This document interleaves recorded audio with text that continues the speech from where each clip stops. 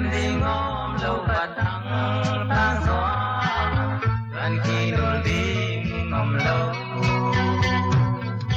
ngày in tem vang in ông bê đâu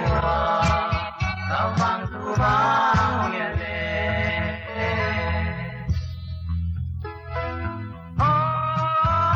chỉ sang ba giờ ngày luôn tuk đã ba lâu rồi tìm lệ tung khăn gió đua vang nghi nghi mình mà vang đã lệ nguồn lung lâu ta do ngày ta nhìn nghe đông xe nồng lệ phiêu người cha miền nó lệ còn kín mò người lùi xeo đến nhìn nghe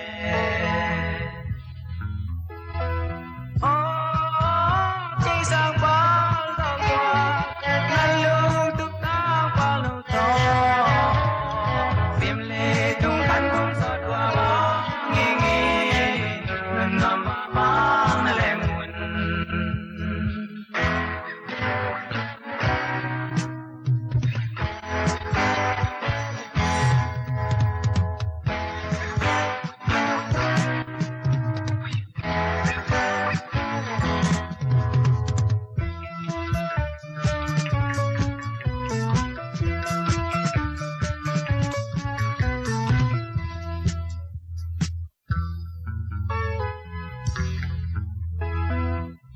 kanun tak dung lung don xiao lên đi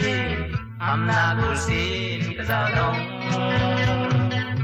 để ông ta na nào bằng cáp lên đi itu yak kan mà tình nhìn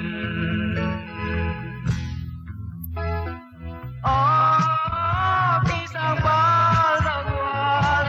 lung tuk ta ba lâu rồi tìm lấy chung cánh cũng gió đua vang nghi nghi đừng ngầm mà vang đã lệ nguồn kanun tak dung lung don xiao lên đi am na gu xin ka giao đông để ông ta na nào bằng cáp lên đi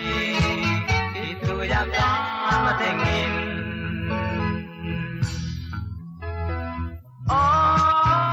đi sang ba giờ qua ngày luôn tuk ta ba lâu rồi tìm lệ tung khăn cũng gió đua vang